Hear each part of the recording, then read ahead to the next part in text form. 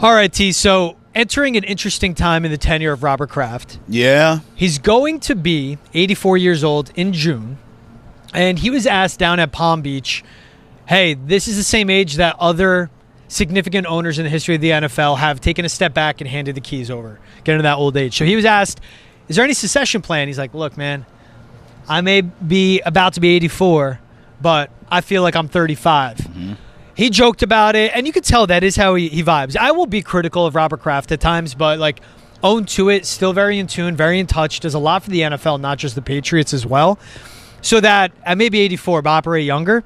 But at the end, he did talk about Jonathan Kraft, and he's like, look, my oldest son, Jonathan, has been a part of every major decision made by this franchise since they bought it. Mm-hmm. He's been in the room. He has a voice. And Robert Kraft said, too, he doesn't like the limelight. And he kind of alluded to, yeah, you know, this is more than Patriots. It's everything business. Next 3 to 4 years, we have a plan. Mm-hmm. Doesn't sound like he's stepping down now. And I would imagine with Vrabel coming in, him wanting to see them get back to the playoffs, I think Robert Kraft wants to be at the forefront for that. Yeah. But it was an interesting conversation to have because there's the 6 Super Bowl rings that Robert Kraft, Bill Belichick, and Tom Brady helped usher into New England and to Boston. Then there is the end of Tom Brady's tenure in New England, where Robert Kraft chose Bill Belichick over Tom Brady. He chose not to pay a quarterback. There is the end of the Bill Belichick tenure. And there was a hiring Jerod Mayo. There are like the black eyes for sure recently for Robert Kraft, where it does beg the question of, you're getting up there in age, it's been a long run, but does someone else need to be handling the day-to-day more?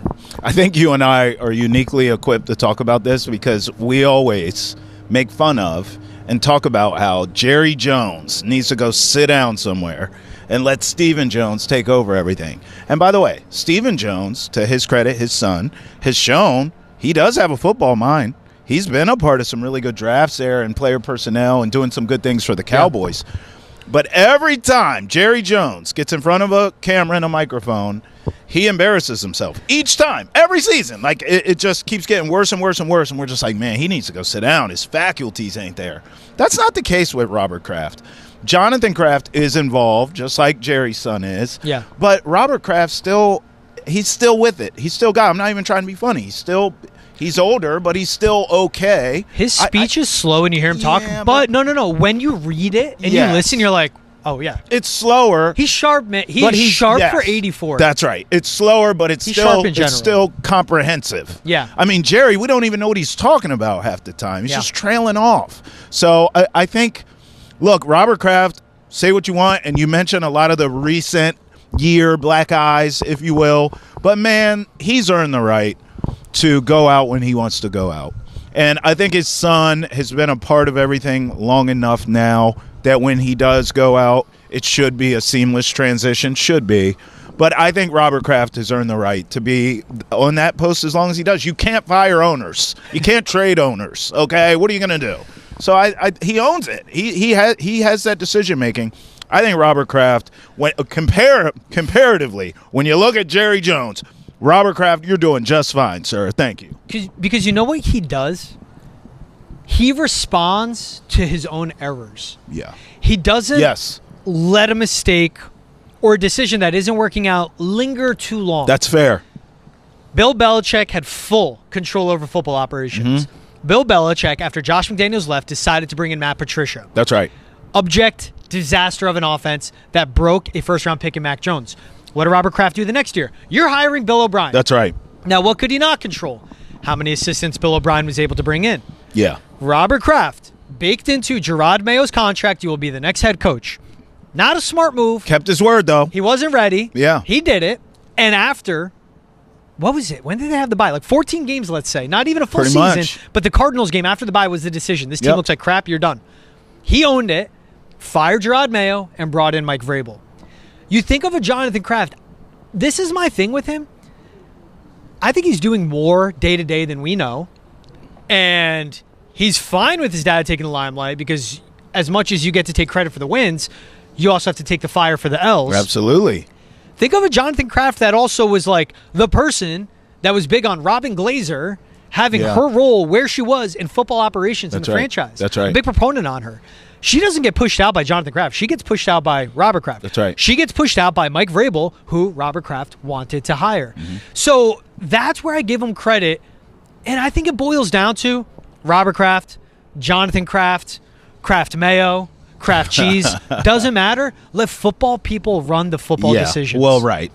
That at the end of the day, that's all that matters in that position. I'll give you a lot of credit because I remember I was banging the drum saying he's going to fire Jerod Mayo and admit he made a mistake. And your big thing was Robert Kraft would never do that. So kudos to you for giving him props of recognizing this isn't working. Oh, yeah. I have to pivot off my guy Jerod Mayo because I thought that was a pivotal moment for Robert Kraft to not be bullheaded, to not dig his feet in and say, this is going to work. No, this is wrong. Rip the Band-Aid off, bring in Vrabel, who he should have hired to begin with. But even, listen, hiring of Jerod Mayo, even though it was a disaster, George, even though we kind of knew it would be a disaster because he was a rookie head coach with a whole new staff, guys who hadn't even been in a lot of those positions. Yeah. And the team wasn't good talent-wise. So we knew it wasn't going to work out. You still have to give Robert Kraft, if nothing else, credit for keeping his word to Jerod Mayo and being a man standing on what he said he was going to do and then delivering that.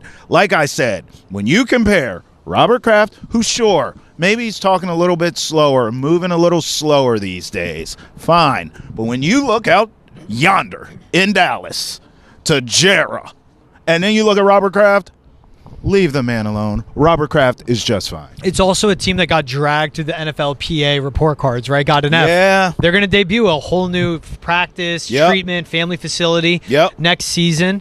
I think it's in 2026 it's coming. And again, it is you correct your errors before they fester too long. That's what I love about Jeff Lurie with the Eagles. That's what I love about Howie Roseman running that front office. Same type of thing. I think that's what they do so well. And it was interesting. He said, let's see what happens over the next 2 to 3 years. And I think that's Kraft, that's a discussion. Dude, he's 84. That's a discussion that's had 10 years ago. This is a discussion that's had every year, if anything. Let's revisit everything. Like these smart billionaires, you know what you're doing to get to that point, let alone to become a millionaire. So what I love to, and you bring up the point of he fired Jerod Mayo. He owned it. I give him credit. And also, he's modernizing his team now. Yeah. They were able to do it one way for so long because Bill Belichick and Tom Brady were able to erase a lot of errors. Right. Now, new facility, new head coach. Look at the coaching staff. You have Josh McDaniels, who's the offensive coordinator. You have Thomas Brown, who's a passing game coordinator and tight ends coach. That's right. Todd Downing, a former OC, who's a wide receivers coach. Ashton Grant, who's a quarterbacks coach. And then you have 3 guys in charge of the offensive line, led by Doug Marrone. That's more resources poured into the coaching staff, and you know you're paying Mike Vrabel a pretty penny too. Amen. And you have not one, but 2 really good quarterbacks. Oh, okay. In Drake May and Joe Milton. So there were reports coming out, Mark Daniels and Karen Garigian of Mass Live. They always do a great job. They're reporting teams have been calling the Patriots about Joe Milton. Oh, that's interesting. And it makes sense. Does it? Yes. Well, what do you think about that? I think he was a 6th round pick. Okay. And when he was drafted, he was taken in the 6th round for a reason. Has a talent, has the athleticism, has an insane arm strength. The accuracy isn't all the way there, and the processing isn't there. But what do you mean by that? Processing, decision making. Look pretty good to me. Look pretty good to me. Against a Bills team that was throwing the game. Well, you said his decision making doesn't look good. Last scene, his decision making looked pretty good to me. Against a Bills team that threw the game. Okay. What I'm saying, though, he was taken in the 6th round for a reason, but also this is a guy that was on a lot of teams' radars because of the God-given ability, the arm strength, the athleticism, his stature, everything like that. Drake May is more athletic, by the way. It makes sense teams are calling.